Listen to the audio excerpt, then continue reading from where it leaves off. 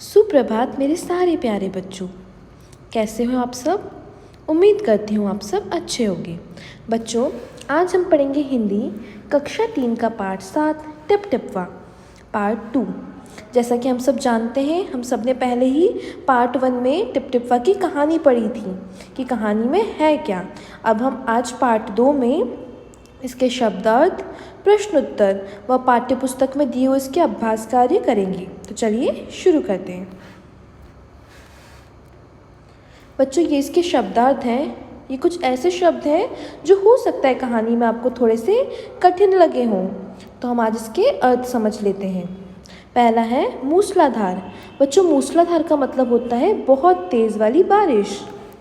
फिर है बेखबर। बेखबर मतलब अनजान। मचलना। मचलना मतलब मन वश में ना रहना या जिद करना। खींचकर, नाराज़ होकर या गुस्से में। संयोग मतलब किस्मत से। मुसीबत का मारा मतलब परेशानी में फंसा हुआ या परेशान। बला मतलब मुसीबत। झटपट मतलब जल्दी से। ज्ञानी मतलब जो योग्य एवं समझदार हो, उसे हम कहते हैं ज्ञानी। जचना मतलब सही लगना। चलिए बच्चों, आगे देखते हैं। बच्चों, ये प्रश्न अभ्यास है जो आपको अपनी हिंदी की पाठ्य पुस्तक रिमझिम में मिल जाएंगे। चलिए शुरू करते हैं। कौन किससे परेशान? इस कहानी में लगता है सभी परेशान थे। बताओ कौन किससे परेशान था? तो जैसा कि बच्चों हमने कहानी में पढ़ा था कि सब लोग किसी न किसी चीज़ से परेशान हैं, तो हमें यहाँ पर वही लिखना है कि कौन कौन किस किस चीज़ों से परेशान था। तो पहला हम लिख देंगे बुढ़िया। जो दादी अम्मा थी, बुढ़िया थी, वो किस चीज़ से परेशान थी? झोपड़ी में जगह जगह टपकते हुए वर्षा के पानी से।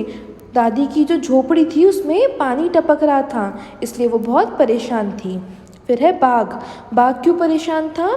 मूसलाधार बारिश और टिपटिपवा से। एक तो वो बारिश में पहले से परेशान था और बुढ़िया के मुंह से उसने क्या सुन लिया था? टिपटिपवा के बारे में, इसलिए वो उससे भी परेशान था। फिर है धोबी। धोबी क्यों परेशान था? क्योंकि उसका गधा कहीं गुम गया था, तो गधे के गायब होने से। फिर है पंडित जी। पंडित जी क्यों परेशान थे? घर में जमा बारिश का पानी उलीचने से। वो पानी उलीचते जा रहे थे, घर से निकालते जा रहे थे और पानी फिर भी घर में आते जा रहा था। फिर है मतलब बताओ।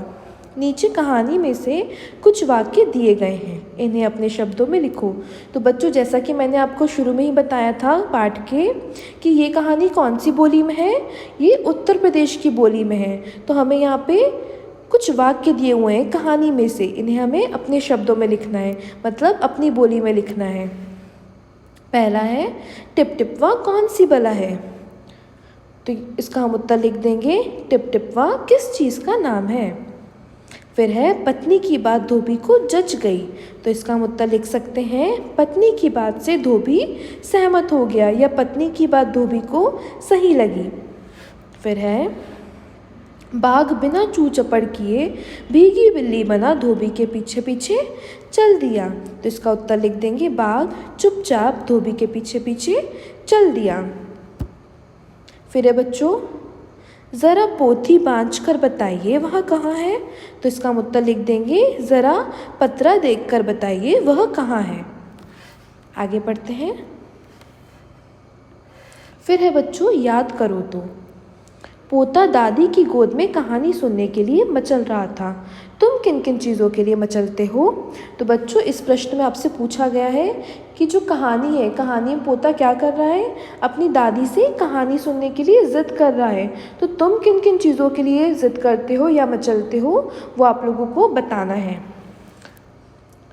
तो इसका उत्तर है मैं जल्दी से जल्दी बाज़ार जाने के लिए, अपनी मनपसंद चीज़ें खरीदवाने के लिए, दादी की गोदी में सोने के लिए, दादाजी से साहसपूर्ण कहानियाँ सुनने के लिए मचलता हूँ। बच्चों, इसमें आप लोग अपने मन से भी लिख सकते हो, जैसे कि मैं दादी से अपनी पसंदीदा खाने की चीज़ बनवाने के लिए, अपने पसंदीदा कपड़े खरीदवाने के लिए, दादी से कहानियाँ सुनने के लिए, या जो भी आपको लगता है आप इसमें और लिख सकते हैं।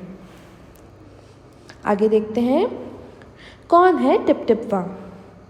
हाँ बचवा, ना शेरवा के डर ना बगवा के डर, डरता डर टिप टिपवा के डर। तो बच्चों यहाँ पे हमें एक वाक्य दिया हुआ है, इससे संबंधित हमें कुछ प्रश्न पूछे गए हैं, हमें उसके उत्तर देना है। तुम्हारे घर की बोली में इस बात को कैसे कहेंगे? तो बच्चों जैसा कि मैंने बताया, ये कहानी किस बोली में है? उत्तर प्रदेश की बोली में। अब हमसे पूछा गया है कि अगर इसी वाक्य को अगर आप लोग बोलोगे तो वो कैसे बोलोगे? तो हम क्या बोलेंगे? हाँ बचवा मतलब हाँ बेटा, ना शेरवा के डर मतलब ना शेर का डर है, ना बगवा के डर ना बाघ का डर है, डरता डर टिप टिपवा के डर, डर तो टिप टिपवा का है। तो हमारी भाषा में इसको क्या बोलेंगे? हाँ बेटा, ना शेर का डर है ना बाघ का, डर तो टिप टिपवा का है। ये हो गई हमारी वाली बोली। दूसरा प्रश्न देखते हैं। कहानी में टिप टिपवा कौन था? तुम किस किस को टिप टिपवा कहोगे? तो हमसे पूछा है, आपने पूरी कहानी पढ़ी, अब आप ये बताओ कि आखिर में टिप टिपवा था कौन? तो उत्तर में हम लिखेंगे, टिप टिपवा कोई आदमी या जानवर नहीं था, बल्कि बुढ़िया की झोपड़ी में जगह जगह टपकता हुआ वर्षा का पानी था। तो जैसा कि हम सब ने कहानी में पढ़ा ही था, टिप टिपवा कोई जानवर या कोई आदमी नहीं था। टिप टिपवा किसको बोल रही थी वो बुढ़िया? टिप टिपवा बारिश के पानी को बोल रही थी, क्योंकि उसकी झोपड़ी में बारिश का पानी टपक रहा था, और जब वो टपक रहा था तो वो कैसी आवाज़ कर रहा था? Tip tip tip tip. इसलिए कहानी में टिप टिपवा कौन था? झोपड़ी में जगह जगह टपकता हुआ वर्षा का पानी। फिर है बारिश। यह कहानी एक ऐसे दिन की है जब मूसलाधार बारिश हो रही थी। अगर मूसलाधार बारिश की बजाय बूंदाबांदी होती तो क्या होता? यदि उस रात बूंदाबांदी होती तो बच्चों इसमें आपसे पूछा गया है कि ये कहानी किसके बारे में है? ये एक दिन के बारे में जब बहुत तेज़ बारिश हो रही है। अब आप अगर मूसलाधार बारिश को हटा दो, उसकी जगह पे क्या कर दो? अगर आप हल्की फुल्की बारिश, बूंदाबांदी कर दो, बहुत हल्की फुल्की सी बारिश कर दो, तो क्या कहानी फिर भी वैसी ही रहेगी या बदल जाएगी? ये हमसे पूछा है। चलिए इसका उत्तर देखते हैं। पोता आराम से दादी की गोद में लेटकर उनसे कहानी सुनता फिर सो जाता।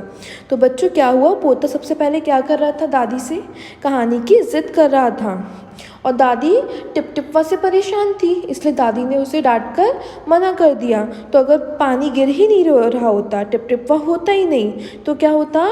पोता आराम से कहानी सुनता और सो जाता। बुढ़िया की झोपड़ी के पीछे बाघ नहीं आता। बाघ क्यों छुप कर बैठा था? क्योंकि बहुत तेज़ बारिश हो रही थी। तो अगर बारिश ही नहीं होती, हल्की फुल्की बारिश होती, तो बाघ वहाँ पर छुप कर नहीं बैठता, उसके अंदर टिप टिपवा का डर नहीं बैठता। और अगर वो वहाँ पे बैठता नहीं तो वो दादी से टिप टिपवा की बात नहीं सुनता और डरता नहीं, ना ही धोबी के हाथों उसकी दुर्दशा होती। और अगर वो ऐसा कुछ नहीं होता तो ना ही वो घास में जाके बैठता और ना ही धोबी के हाथों उसकी दुर्दशा होती, मतलब बुरी हालत होती। तो चलो बच्चों आगे देखते हैं। फिर है बच्चों तरह तरह की आवाज़ें। पानी के टपकने की टिप टिप टिप टिप आवाज़ आ रही थी। सोचो लिखो ये आवाज़ें कब सुनाई पड़ती है? तो आप लोगों को यहाँ पे बच्चों कुछ आवाज़ दी हुई है। अब आप लोगों को ध्यान से ये आवाज़ पढ़ना है और सुनना है और बताना है कि ये आवाज़ कहाँ से होती है। तो पहली है खर्र खर्र। तो खर खर की आवाज़ कब होती है? सोए में जब तेज़ सांस ली जाती है। जब हम लोग सो रहे होते हैं और तेज़ तेज़ सांस लेते हैं तो उसकी आवाज़ कैसे होती है? खर खर। जब हमारी कभी नाक भी बंद रहती है ना, तब भी हमारी आवाज़ कैसी होती है जब हम सांस लेते हैं? तो खर खर। फिर है बच्चों भिन भिन। भिन भिन की तो हम सबको पता है, मक्खी जब कान के पास मंडराती है तो कैसी आवाज़ आती है? भिन भिन। अगली बार जब भी कभी मक्खी आपके कान के पास मंडराएगी ना, जब आवाज़ करेगी तो ध्यान से सुनना वो आवाज़ कैसी होती है, वो भिन भिन की आवाज़ होती है। फिर है बच्चों ठक ठक। ठक ठक की आवाज़ कब होती है? जब कोई दरवाज़ा खटखटाता है, जब कोई नॉक करता है गेट पे, तो कैसी आवाज़ होती है? ठक ठक। फिर है बच्चों चर चर। चर चर की आवाज़ कब होती है? दरवाज़ा खोलने पर। जब कोई बहुत पुराना दरवाज़ा होता है ना, जिसमें ऑयल वगैरह नहीं देते हैं, तेल नहीं डालते हैं, तो जब उस दरवाज़े को खोलो तो कैसी आवाज़ आती है? चर चर की आवाज़ आती है। फिर है भग भग। आग की लपटें जब तेज़ हो जाती है, जब आग की लपटें तेज़ हो जाती है, जब बहुत तेज़ कहीं पे आग लगी हो, तो आप लोग ध्यान से सुनना कि कैसी आवाज़ करती है वो आग की लपटें? भग भग। फिर है बच्चों तड़ तड़। किसी के गाल पर थप्पड़ लगाने पर, या फिर बारिश जब बहुत तेज़ होती है और टीन पे गिरती है, जब चादर पे गिरती है बारिश, तो कैसी आवाज़ आती है बच्चों? तड़ तड़। आगे देखते हैं खूंटा। सबसे पहले बच्चों बता दूं आप लोग खूंटा क्या होता है?